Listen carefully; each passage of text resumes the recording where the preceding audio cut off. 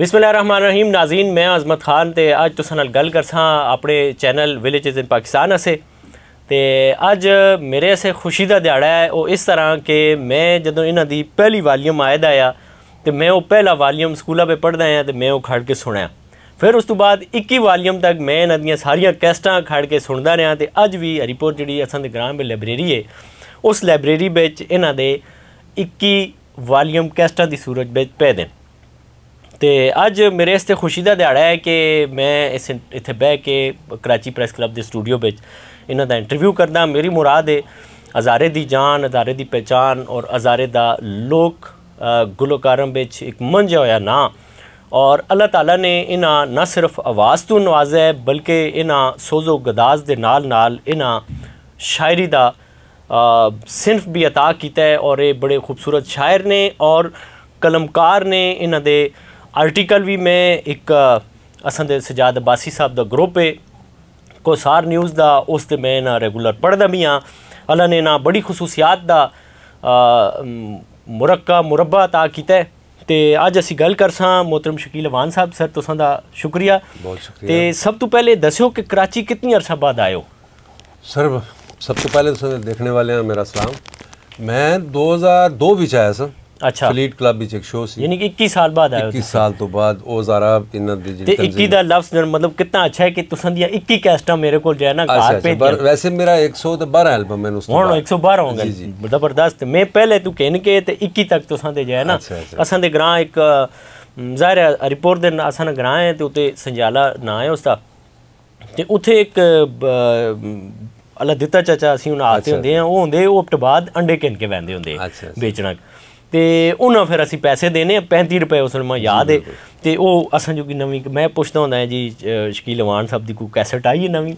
आखे जी हुणे आई है जी। तो वह फिर घिन के आंदे होंदे। अल्लाह उन्हें गरी के रहमत करे। तो तुसां 21 साल बाद आए हो कराची। तो उस वेले दे कराची बिच ते हुण दी कराची बिच थोड़ा जा मैं क्योंकि ज़्यादा फिर टुरिया ना इस साइड ते जेड़ा शहरी एरिया, मैं ज़्यादा डिफेंस और सीवीओ दे इलाके में रहा। मगर चूँकि सफाई का खातर खा जड़ा है ना वो इंतज़ाम नहीं है। अच्छा, शहर जो कोई भी है उसका साफ सुथरा होना चाहिए, क्योंकि वो साफ सुथरा हो सी तो पता लग सी सफाई पसंद लोग। अच्छा हुण दसो कि ये तुसां जड़ा सकाफत दा ज़ाहिर है तुसां ने शेर व शायरी होवे या तुसां गुलकारी करो, तो उस में तुसां केह् लगदा है कि अज तू 10-20 साल पहले लोग किस तरह सुनदे, सामीन अच्छे होंदे, मतलब उन्हें लगाओ होंदा आ। हुण भी तुसीं ज़ाहिर है अपनी गुलकारी बिच शायरी बिच तुसीं प्रमोट करदे हो अपने कल्चर अपनी तहजीब तमदन।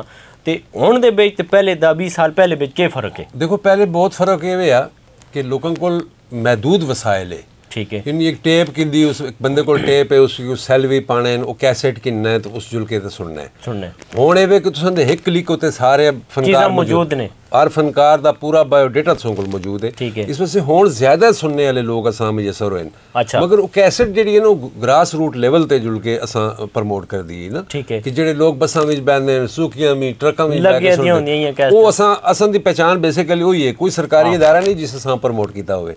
असी वो लोगों जिन्हें आवाम प्रमोट किया है। बिल्कुल, वो कैसेट के जरिए असी जड़ा है ना वो लोगों तक पहुंचा। अच्छा तुसां देखा असी गालबन तुसां तो खैर वो एरा गुजारिया है, उस तो पहले दा भी देखा असी वो शायद आखिरी नस्ल हाँ कि जिस कैसेट भी देखी है, कैसेट तो बाद CD का टाइम भी देखा है, CD तो बाद जड़ा है वो कार्डां दा टाइम आ गया। फिर हुण ते डायरेक्ट यूट्यूब पे और क्लिक किया और तुसां गाना गाया तो उधरों यूट्यूब पे अपलोड होया तो दुनिया ने देख के। बस इन्फॉर्मेशन दी सदी है ना जी। ये दौर किताबों सदी जी किताबों ने आखिरी सदी है। बहरहाल है कि चूँकि वक्त तरक्कियां कोई रोक नहीं सकता। ये वक्त जियां जियां अगे वधसी होर नवीं जिहड़ियां इजादात हो सुन तो क्या पता ये मीडियम भी साढ़े को खत्म हो जाए कि कोई नवी शय आ जाए। इस वास्ते ये दुनिया इस तरक्की करनी है। ज़्यादातर जिहड़े तुसां गाने गायन वो मतलब अपने तहजीब नाल जुड़े हुए चीज़ां, अपनी रवायात जी, अपनी बेसिकली जी साड़ी इनको रवायात हैं उसते जिहड़े ज़ुबान है उस नाल। उस तो अलावा मैं उर्दू भी गाया है और मुख्तलिफ ज़बानां च गाया, मगर मेरी जी तुसां ते को होंदा है जां इंग्लिश विच भी मिक्स कीता है, I am not coming you wait ना कर माया। ते बेसिकली असी अपने ज़ुबान दे नुमाइंदे लोग ते असी उसी अंकेन के टुरने हैं जिथे भी जुड़े। तो वैसे सब तो मतलब तुसां दा अपना जा लिखा होया कलाम है, कोई अगर एक दो बोल उसते साडे नाज़रीन सुनाओ। जी मैं तुसा इनको तो मेरा बड़ा मशहूर गाना है जड़ा ना उसते मैं 2 बोल सुना सकना है कि हर वेले इनकार वे गल्लां चंगियां ते नहीं, बचपन दे असां यार वे ए गल्लां चंगियां ते नहीं, वे ए गल्लां चंगियां ते नहीं। अच्छा वो एक तुसां दा कैस्टां विच हुंदा आ जिस वेले तुसी दौर कैस्टां दा आ तो उस वेले जदों तुसी किसी शहर में जुलदे हो ज़ाहिर लोग तस्वीर नहीं होंदी तुसां दी ना, लोग कैस्टां में सुने दा हुंदा आ, उस वेले दा रिस्पॉन्स किहो जिहा हुंदा आ? तो फिर उस तो बाद CD विच ते ज़ाहिर है तस्वीर भी आ गई, फिर उस तो बाद YouTube दा आ गया, फिर अल्लाह ने तुसां प्रमोट किया और तुसां लोकां दे ते उस तो बाद दा रिस्पॉन्स किस तरह मिलदा है? रिस्पॉन्स उस वेले भी अच्छा है मगर उस वेले लोग पहचान घट होंदी लोगों ने। तो हुण ये कि हर बंदा चलता फिरदा तुसां मोबाइल उत्ते नज़र आ जाता है, तो हुण हर बंदा उस तरीके नाल पहचान करदा है कि कौन है कौन नहीं है ना। तो पहले सिर्फ एक जुबान बंद तस्वीर होंदी कैसेट उत्ते लगी दी, तो वो दौर भी अच्छा है, तो ये दौर भी अच्छा है। हर वक्त जमाने का बुरा आखना ही नहीं चाहिए क्योंकि जमाना खुद उसका है, जाहिर है जमाने को बिल्कुल बुरा ना कहो, जमाना अपना जो है ना उसका किरदार अच्छा होना चाहिए। अच्छा कोई ये जा 1-2 बोल सुनाओ जिस तरह तुसां दा है कि माई शरवान दिया ना खली स्कूले कोल 100 बार आखी रही हैं, पता नहीं इस तरह ना है तुसां दा, जिस विच तुसां दा मतलब हज़ारे दे सारे ग्रावां दे नाम भी हैं, कोई जब भी गाना है ना इस तरीके मुख्तलिफ गाने हैं जिस तरह अजरोदी चपली हरीपुर दा चोला, इस तरीके ने अपने इलाके टच कीते दे, मगर पूरे देखो इस गाने में किस तरह ने उसने अपनी तहजीब जी बिल्कुल पूरा आंदा है, मतलब पूरा उसने हरीपुर दी चपलियां मेरा अपना लिखिया गाना है जबरदस्त। हुण तुसां हुण इस विच देखो मतलब जदों तुसां मैं सोचदा हुंदा कदे कदे कि शायर ने जदों ने हुण तो ज़ाहिर पता लगे कि तुसां दा अपना माशाअल्लाह, तो मतलब उस किस तरह उसने सकाफत मतलब बस ये चीज़ां ना जिहड़ियां असां दे इलाके प्रमोट करदियां साडे जिहड़ी छोटियां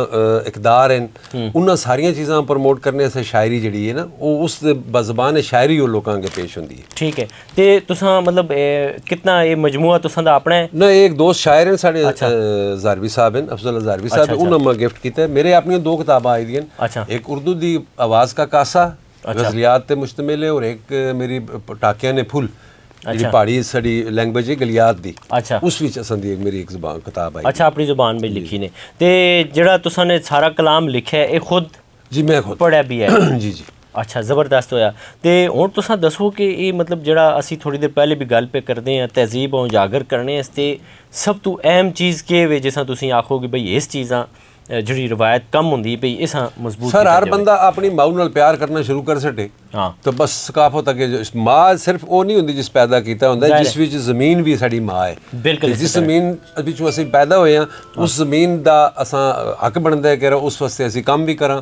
और बिलखसूस बड़ी माँ साडी पाकिस्तान है, पाकिस्तान धरती बड़ी है, उस तो बाद फिर छोटियां छोटियां जिहड़ियां असां दियां मकामी मावां हैं ज़ुबानां जिहड़ियां ये साडियां माँ बोलियां। अच्छा इस तुसां के तजर्बा हो सी मतलब कई दफ़ा असां ने देखा है इस बड़े शहर में तो खुसूसन देखा है 20-25 साल हो गए ने थे कि मतलब बाद लोग ने वो अपनी ज़बान बोलते हो शर्म महसूस करते हैं, तो चलो किसी जी बड़ी महफिल में बैठे दे ने उत्थे सारी जिस तरह निज़ाम चल रहा तुसी करो, लेकिन वो आपस में भी जदों असीं गल करां उन्हां नाल तो वो शर्म जा आर जा महसूस करते हैं। मतलब ये तो माँ बोली है और इस नाल उतना ही प्यार होंदा है जितना तुसां माऊ नाल होंदा, मतलब माऊ नहीं ज़बानां नाल बंदा किस तरह ना प्यार कर सी। बस फिर उन्हें चाहिए कि दोबारा अपनी माऊ को जुलन तो उसको वो ज़बान सीख के तो फिर दुनिया ते आवन, क्योंकि इस तो ज़्यादा अल्फाज मेरे को नहीं है मैं ते तुसां दा बहुत शुक्रिया। तुसां दा शुक्रिया। हुण ज़ाहिर है टाइम नहीं वरना असीं डिटेल गल करां ते नाज़रीन फिर इंशाअल्लाह असां मौका मिलसी या असीं इब्तिबाद जुलसां या किसी ज़िंदगी में